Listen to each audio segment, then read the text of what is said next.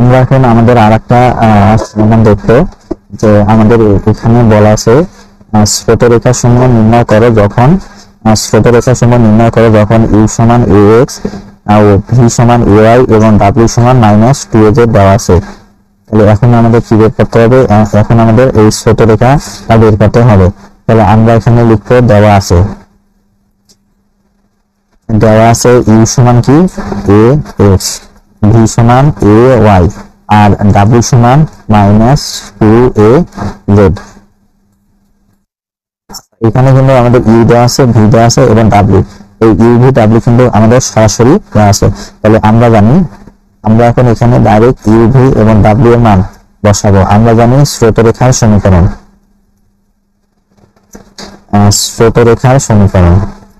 তাহলে আমরা জানি স্রোতরেখার সমীকরণ কি হবে?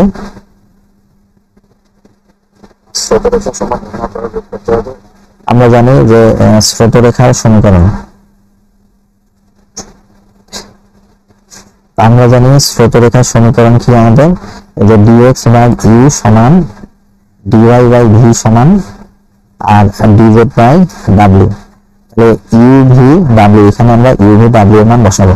তাহলে এখানে আছে কি dx, ইউ কত, ইউ আমাদের এখানে আছে ax, তাহলে dx বাই ax সমান এখানে আছে dy বাই এখানে ভি, ভি আছে কত ay, ইকুয়াল এখানে আছে কি dz ভাগ এখানে ডাব্লিউ, তাহলে ডাব্লিউ কত -2az। তাহলে আমরা এখন এখানে লিখি -2az। তাহলে আমরা এখন এখানে a এখানে a এখানে a এটাকে কেটে দিলাম। তাহলে আমাদের এখানে কি থাকে, dx ভাগ x সমান dy বাই y সমান, আর আমাদের আরেকটা থাকতে হলো dz বাই 2z, এটা থাকবে। তাহলে এটিকে আমরা এখন 1 নম্বর সমীকরণ দিলাম। এখন আমরা কি করব, এক হাতে আমরা দুইটা অনুপাত নিব, আমরা দুইটা অনুপাত নিলাম dx ভাগ x dy বাই y। আমরা লিখলাম হলো dx ভাগ x সমান, ওটা এখানে লন, মনে করেন লন সিয়ান নিলাম, এখন লন সিয়ান কেন নিলাম, আমাদের এখানে লন আছে এখানে লন আছে, তাহলে আমরা এখানেও লন সিয়ান নিলাম। বা তাহলে এখানে এখন আমরা কি লিখতে পারি, আচ্ছা এখানে আছে আমাদের লন x ইকুয়াল, তাহলে এই দুইটাকে আমরা এটা লিখতে পারি লন c1 y। তাহলে এইখানে কিন্তু একটা সূত্র হবে। আচ্ছা আপনারা একটু সূত্রটা দেখেন, আমাদের সূত্রটা আছে লন a প্লাস লন b। তাহলে লন a প্লাস লন b সূত্র আছে কি লন ab। তাহলে লন a প্লাস লন b সূত্র আছে আমাদের কি লন ab। তাহলে এখন দেখেন এখানে x যদি আমরা কাটি দেই, তাহলে x সমান কি হবে c1 y। তাহলে আমরা কিন্তু একটা পাইলাম যে x সমান c1 y, এটাকে আমরা 2 নম্বর সমীকরণ দিলাম। আচ্ছা এরপরে আমরা কি করব, আবার এক হাতে, তাহলে একের আমরা কিন্তু প্রথম দুইটা অনুপাত নিয়েছিলাম, এখন আমরা হলো এখন আমরা দ্বিতীয় তৃতীয় অনুপাত নেব। তাহলে দ্বিতীয় অনুপাত আছে dy by y equal -2z by dz by 2z। টেবিলটা একটু ঘুরি নাও, ওই শেষে আরেকটি আছে। তাহলে আমরা এখানে সমাকলন করলাম, যে সমাকলন dy বাই y ইকুয়াল, তাহলে আমাদের এখানে আছে -1/2, এটা আছে কনস্ট্যান্ট, আর এখানে আছে আমাদের কি dz, সরি আমাদের এইখানে কি থাকবে, এখানে আছে যে দেখেন এইখানে ছিল আমাদের -1/2 নিলাম, আর এখানে কিন্তু এই যে z ছিল, জেডটা আমাদের এইভাবে ভাগ হবে 1/z dz। তাহলে আমরা এখন কি করলাম, যে এক হাতে আমরা প্রথম দুইটা অনুপাত নিয়েছিলাম, এখন এইটা নিলাম দ্বিতীয় আর এইটা নিলাম হলো তৃতীয়, এটা কি দ্বিতীয় এবং তৃতীয় অনুপাতটা নিলাম। এখন আমরা এখানে কি করব, আমরা এখানে সমাকলন করলাম। তাহলে আমাদের এইখানে যে সমাকলন করলাম, এইখানে আমাদের সরাসরি সূত্র পড়ে, তাহলে এটা সমাকলন সূত্র আছে কি লন y ইকুয়াল, আর আমাদের এখানে কি ছিল মাইনাস, আর এটা আছে কনস্ট্যান্ট বা ধ্রুবক, আর এখানে 1/z dz, 1/z dz এর সমাকলনের সূত্র আছে ln z প্লাস, আমরা এখানে একটা সমাকলন ধ্রুবক হিসেবে লন c2 নিলাম, কারণ আমরা এইখানে কিন্তু c1 নিলাম, এখন আমরা সমাকলন ধ্রুবকটা লন c2 লিখলাম। আচ্ছা বা আমাদের এখানে আছে কি ln y ইকুয়াল, তাহলে দেখেন আমরা জানি মূলত যেমন এভাবে করে যদি একটা রাশি থাকে ln az ইকুয়াল, ln এর সামনে যেটা থাকে, সেটা ln এর পাওয়ার হয়ে যায়, অর্থাৎ এইখানে যেটা জেড আছে তাহলে এইখানে এ গুণ আছে, তাহলে এইখানে যা জেড এর উপরে পাওয়ার হয়ে যাবে। তাহলে আমরা এইখানে যদি সেম একই কাজ করি তাহলে আমরা এখানে কি পাবো, যে এখানে আসবে হলো আমাদের লন আর জেড এর পাওয়ার আসবে -1/2 প্লাস এখানে আসবে কি আমাদের লন c2। তাহলে এইখানে আমরা এই সূত্রটা প্রয়োগ করলাম।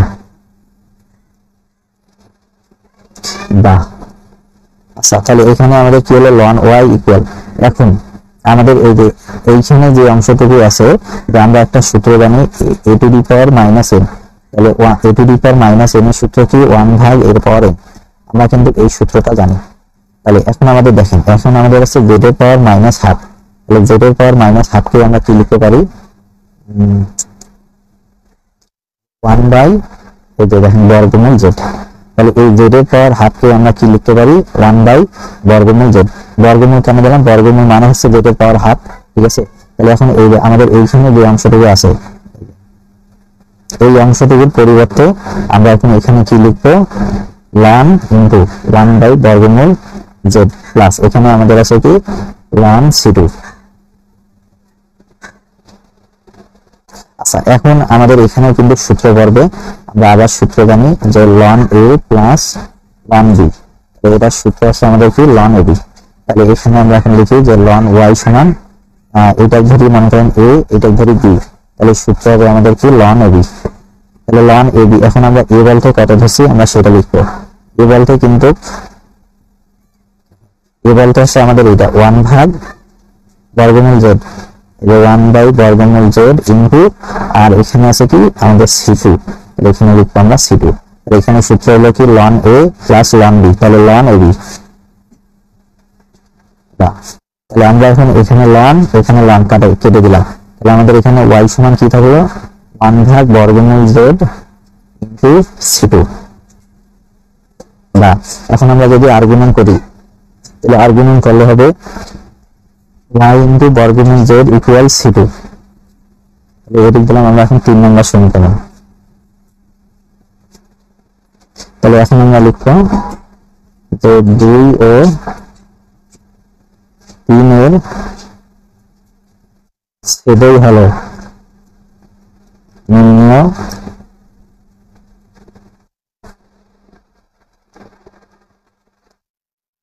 স্রোতরেখার সমীকরণ। সমীকরণটা পাইছি এই 2 নম্বর, আর এটা হচ্ছে আমাদের 3 নম্বর সমীকরণ। এই 2 এবং 3 নম্বর সমীকরণে হচ্ছে আমাদের স্রোতরেখার সমীকরণ। আপনারা এই ক্লাসটি ভালোভাবে দেখবেন, কোথাও যদি বুঝতে অসুবিধা হয় তাহলে অবশ্যই আমাদের যে গ্রুপ আছে অথবা আমাদের ফেসবুক পেজ আছে সেখানে মেসেজ দিয়ে জানাবেন। ধন্যবাদ সবাইকে।